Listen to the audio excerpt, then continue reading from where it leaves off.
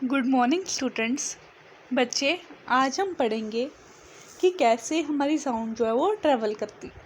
ठीक है, तो यहाँ आप देखो कि एक रेडियो है, रेडियो में सॉन्ग बज रहा है और वो हमारे ईयर को सुनाई दे रहा है। ठीक है, तो ये कैसे हो रहा है?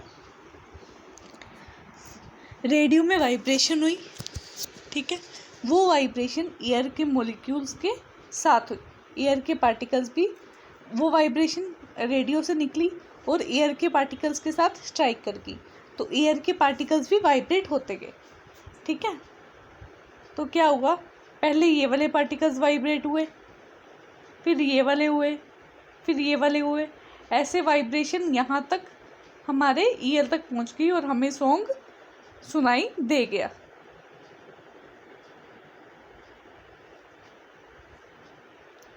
यहाँ देखो बच्चों, क्या हमें साउंड सुनाई देती है वाटर में भी? ठीक है, तो इसमें क्या है, जैसे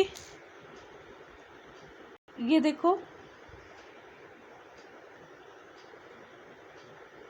ये हमारे एक व्हेल फिश है।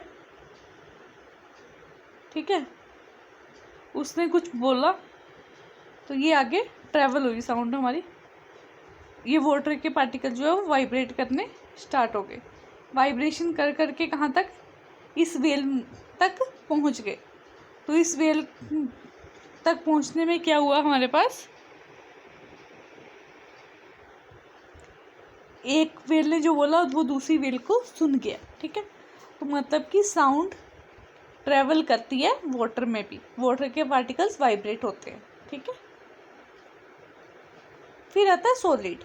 ठीक है, आप पता क्या करो, जहाँ पर जिस बेंच पर बैठे हुए हो, ठीक है, वहाँ पर अपना हेड रखो और थोड़ी दूर टैप करो। ठीक है, तो आपको साउंड सुनाई देगी। ऐसा क्यों हो रहा है? क्योंकि देखो, यहाँ पर टैप हुआ, लेकिन इसके कारण ये सारे मॉलिक्यूल जो वो वाइब्रेट होना स्टार्ट हो गए, जो पार्टिकल्स है सॉलिड के वो वाइब्रेट होना स्टार्ट हो गए और हमारे ईयर्स तक ये साउंड पहुँच गई। ठीक है,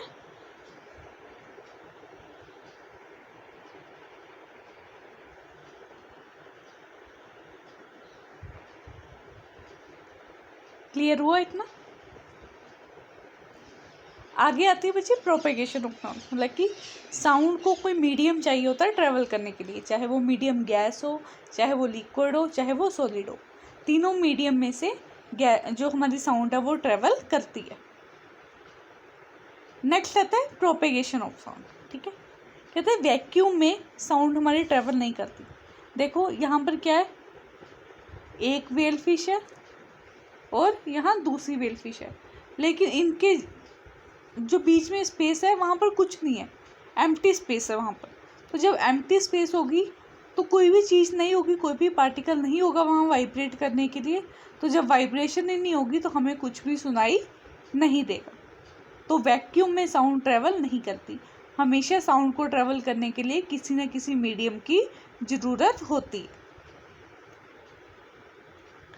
अब बच्चों यहाँ देखो, कहते हैं कि हमने अब ये डिस्कस करना है कि हमें साउंड कैसे सुनती है। अगर कोई बोल रहा है, जैसे मैं बोल रही हूँ, तो आपको साउंड कैसे सुनती है? आपको अपनी साउंड जो है ईयर से सुनती है। अब हमारे ईयर जो है वो कैसे काम करते हैं, साउंड को कैसे सुनने में हेल्प करते हैं, ये हम स्टडी करेंगे। बच्चे देखो, ह्यूमन ईयर का कुछ ऐसा स्ट्रक्चर होता है। ठीक है, एक ईयर ड्रम होता है जिसको हम कान का पर्दा भी बोलते हैं। ठीक है, बहुत पतली मेम्ब्रेन होती है। ठीक है, जैसे कि रबड़ की शीट को स्ट्रेच करते हैं वैसी मेम्ब्रेन होती है, इस पर वाइब्रेशंस होती हैं जिससे हमें सुनाई देता है। ठीक है, डिटेल में हम आगे पढ़ते हैं। ये एक जनरल सा स्ट्रक्चर था। आप सब ने ईयर का स्ट्रक्चर अपने नोटबुक्स पर ड्रॉ करना है।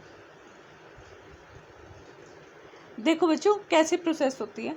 सबसे पहले तो किसी बाहर वाली चीज़ से साउंड हमारे पास आई। ठीक है, वो साउंड हमारे ईयर कैनल में से एंटर हो गई। ठीक है, जो होल होता है ईयर में, वहाँ से एंटर हो गई। एंटर होने के बाद क्या हुआ, अब वो एंटर होके किसके पास पहुँची, ईयर ड्रम के पास पहुँची, और ईयर ड्रम ने हमारे वाइब्रेशन करनी स्टार्ट कर दी।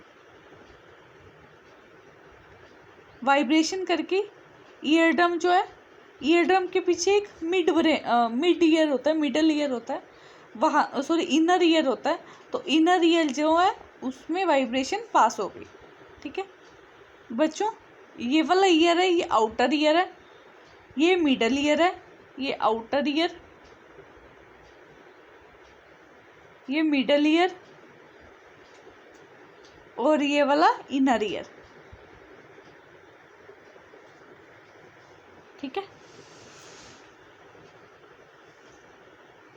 तो हुआ क्या, सबसे पहले आउटर ईयर में साउंड आई, उसके बाद वो ईयर ड्रम तक पहुंची, ईयर ड्रम वाइब्रेट हुआ और उसने साउंड इनर ईयर तक पहुंचा दी। अब आगे क्या होता है,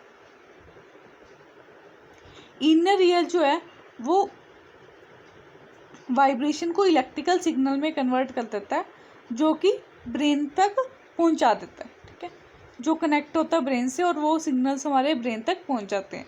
तो देखो ये प्रोसेस इतनी फास्ट होती है कि मैं बोलती हूँ उसी टाइम आपको सुन रहा है, तो जल्दी से हमारे ईयर में आवाज़ गई, ईयर ड्रम वाइब्रेट हुए, ईयर ड्रम वाइब्रेशन होने के कारण इनर ईयर में आवाज़ गई, उसने उसको इलेक्ट्रिकल सिग्नल में कन्वर्ट किया और वो सिग्नल हमारे ब्रेन के पास पहुंचा और हमें पता चला कि किसी ने क्या बोला। ये देखो, कहते कोई और डिवाइसेस भी हैं जो हमारे ईयर्स की तरह ही साउंड रिसीव कर सकती है। ठीक है, जो रिसीवर्स हैं वो साउंड को रिसीव कर लेते हैं। ठीक है, हर रिसीवर में एक स्पेशल पार्ट होता है जो साउंड को रिसीव करने में हेल्प करता है। तो सिर्फ रिसीवर्स हैं जो साउंड को रिसीव कर देते हैं या फिर हमारे ईयर्स होते हैं। तो हम क्या कंक्लूजन निकालते हैं इससे, the vibration of sounds are picked up by a receiver in the same medium. Same medium में रिसीवर जो है वो साउंड की वाइब्रेशन को कैच कर देता है। Every receiver has a special part that picks up the vibration it encounters. हर एक रिसीवर के पास एक स्पेशल पार्ट होता है जो वो वाइब्रेशन को जिसको कैच कर लेता है। Humans hear sound using this their ear which act as a receiver for sound. Human जो है वो अपने कानों से सुनते हैं और कान हमारे एज अ रिसीवर काम करते हैं। Ear drum is the part which picks up vibration inside the year. Ear drum हमारे ईयर का वो पार्ट है जो वाइब्रेशन को फील करता है, जिसकी वजह से हमें साउंड सुनाई देती है। ठीक है बच्चों, आज के लिए इतना ही था। Thank you.